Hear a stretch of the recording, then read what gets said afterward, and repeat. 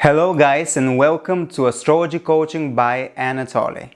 Today we are going to discuss a very important part about Vedic astrology, and this is the differences between the Western astrology and Vedic astrology. This is the second time I'm shooting this video, but the first time it was so long that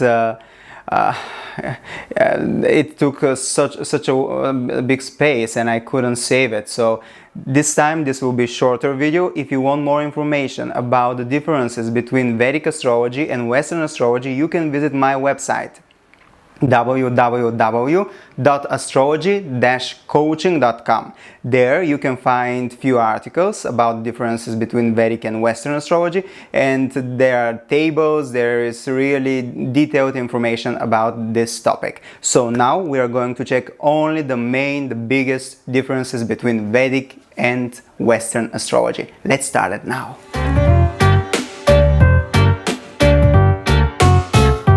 Okay, so the main difference between Vedic astrology and Western astrology is the system they are using. Western astrology is using tropical system. It is based on the movement of the sun. So there is fixed equinox point. This means that every year the spring will come on 21st of March, 0 degrees Aries. Summer will come 0 degrees Cancer. Libra will come autumn will come 0 degrees Libra, and winter will come 0 degrees Capricorn. This means that the Western astrology is sun-based astrology, and that's why the Western society is a personality-based society, it's ego-based society. Because the sun is our ego, sun is our strength, sun is our personality. And the Western world and Western culture is based on the sun. And this is very important. The Vedic astrology is not using the tropical, it is using the sidereal system. Sidereal system, this is the cosmic system. This means that whatever is on the sky, this is on the ground, and it shows the real astronomical points. Why I'm saying real astronomical points? The reason is that the tropical system does not take in consideration the movement of the Earth. This means that it is very important. There is an astronomical event that is called Precession of Equinox. Due to the movement of the Earth, the point of the equinox is changing backwards, it's moving backwards slowly every 72 years with 1 degree. This means that in 72 degrees, in 72 years, a point of equinox is changing with 1 degree, and the sidereal system is taking this in consideration. So the constellations are moving, they are not fixed. Today, if you ask one astronomer and ask him, let's say today it's 21st of March, and you ask one astronomer, where is the sun, in which constellation, he will not tell you 0 degrees Aries, he will tell you 6 degrees of Pisces, because the Western astrology was created around 1700 years ago, and even more than that, I think. And the constellation at this point were on the same place as the tropical system accept them now. But due to the precession of equinox, due to the changing of the point of equinox, which is a result of the movement of the Earth through the ecliptic of the Earth, this moves the equinox point backwards. And now, if you see on the sky on 21st of March, if you see on the sky, the sun will be in Pisces, it will not be in Aries, the real constellation. The tropical system does not take in consideration the movement of the Earth. The sidereal system is taking this in consideration, so every 72 years it is changing. The difference between Vedic astrology and Western astrology is growing with 1 degree. So now I have one really interesting app. Today is 15th of June, and this app is Night Sky. Night Sky shows you where the planets are. So now I'm going to make a screenshot of, I'm gonna have to find the sun. Let me find the sun. Okay, so according to Western astrology, 15th of June, sun has to be in Gemini, right? But the real constellation in sidereal system and on the sky, the thing that the constellation on the sky, now sun is at the end of the Taurus. I don't know whether you see it. Let me see.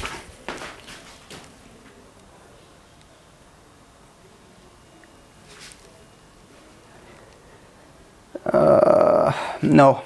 Okay, so I'm going to put it somewhere around me, and I'll show you that the real constellation now, the sun is in Taurus. It is not in Gemini, because this is the result of the movement of the Earth and the movement of the equinox.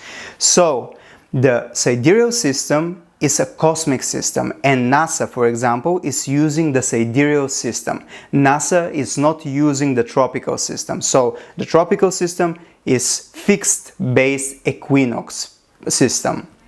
The sidereal system is system based on what is really going there on the sky. So that's why Vedic astrology is much better in prediction, because whatever is on the sky, this is on the Earth.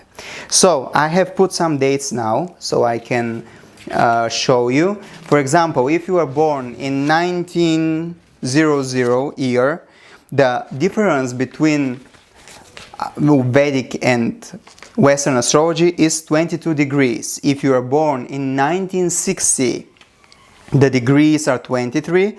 If you are born in 2000, you are 23 degrees 51 minutes. And if you are born 2020, the difference between the Vedic and Western astrology is 24 degrees and 8 minutes. So every 72 years, this degree will increase with 1 degree. I mean, in this distance will increase. So if you are born, for example, on 15th of December, you will not be Sagittarius. Your sun will be in Scorpio, for example. I have written here the dates, but I'm not sure whether we will have time. Let me see, 7 minutes. Okay, we have time. So if you are born Aries, this is only for the sun sign. If you are, Aries starts from 13th of April till May 14th. Taurus starts from 15th of May till 14th of June. Please keep in mind that depends on the year you are born.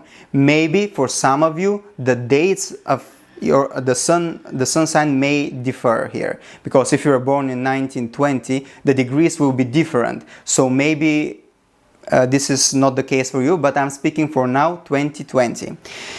Gemini, 15th of June, 16th of July. Cancer, 17th of July, 16th of August. Leo, 17th of August, 15th of September. Virgo, 16th of September, 16th of October. Libra, 17th of October, 16th of November. Scorpio, 17th of November, 15th of December. Sagittarius, 16th of December, 14th of January. Capricorn, 15th of January till 12th of February. I'm speaking about 2020. Aquarius, 13th of February, 14th of March. Pisces, 15th of March, 12th of April.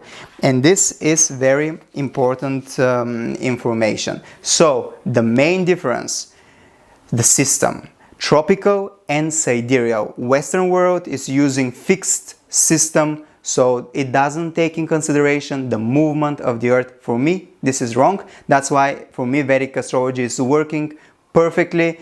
I can predict the things that are happening in my life. This is a good sign, right? So the next differences. The next differences are The houses. So, for example, in Vedic astrology, we use the whole house sign system.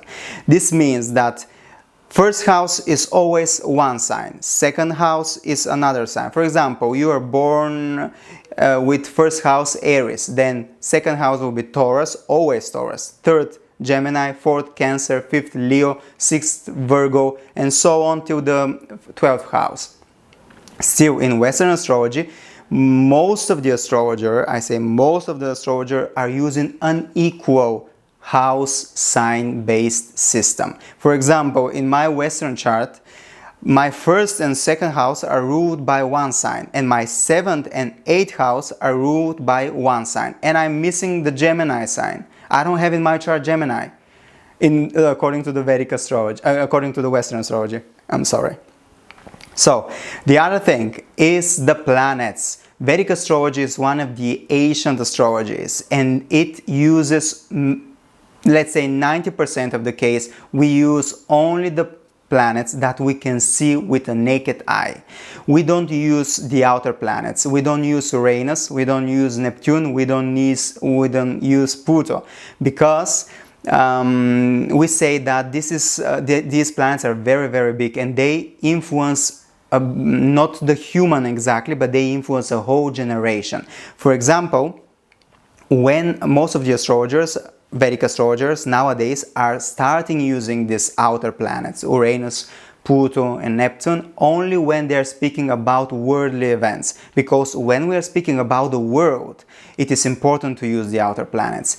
Or, for example, if you want to make any kind of predictions about United States, you can use the outer planets because they play a great role in generational way, not personal way. For if you are checking your own horoscope, most of the times you don't need the outer planets. I use outer planets when they are really, really close to the other planets. For example, if you have Venus in 15 degrees Libra and Pluto is 17 degrees, is in the period, it's in the distance of 5 degrees, this means that Pluto will influence a lot of Venus.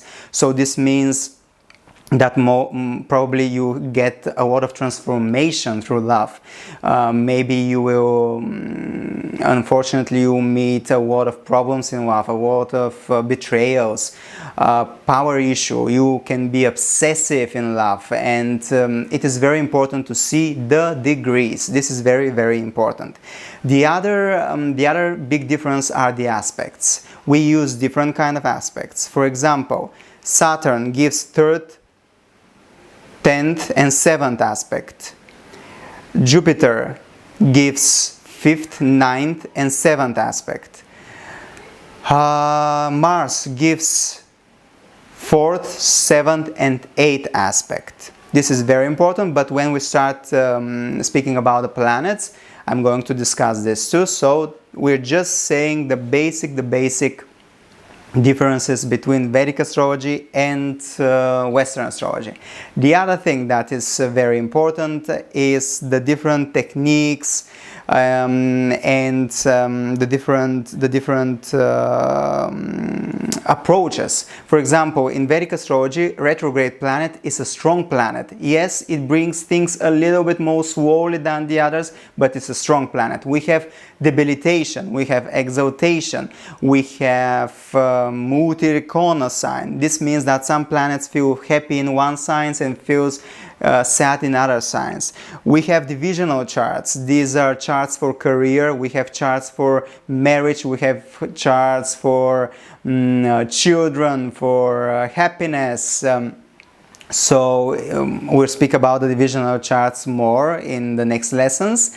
And for example, D9 chart, which is the marriage chart or the Navamsha, so-called Navamsha, it is very, very important chart because it shows you the strength of your birth chart. So, for example, if you in your birth chart, you have debilitated, you have weak Saturn, let's say weak Saturn, but in your D9 chart, Navamsha, you have strong, exalted, happy Saturn, this means that your Saturn is not weak, it's actually strong, or at least has average power. So this is very important to know. This is the main difference. I'm saying if you want to know more about the differences, please go to www.astrology-coaching.com, where you can find more information. Unfortunately, the time is limited here on YouTube if you want to upload a good video. Okay, so thank you for watching this video. I hope you like it. I love your comments, so feel free to comment. I'll try to reply as soon as I can. If not, there will be question and answer session. There will be live streaming soon, and I can answer all of your questions. We are still learning, we're still growing. I'm learning how to speak in front of camera. You're studying probably astrology with me. So we're together like one big family. We're going to grow, study, and develop. I'm watching always the monitor because I'm using a special EOS utility thing. So you can see, yeah, you see how you look. I don't want to be cut, you know, to have half of my head. Okay, thank you for watching and see you soon. Hey you beautiful YouTuber, thank you for watching the video. I hope you like it. I want you to invite you to become part of the family of astrology coaching by Anatoly, and together like a big online family, we're going to make our dreams come true. We're going to change our lives thanks to astrology and spiritual coaching. New videos are coming every week. This is just the beginning.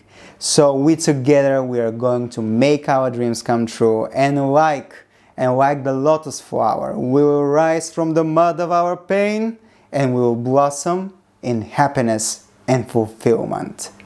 Thank you for watching and see you soon.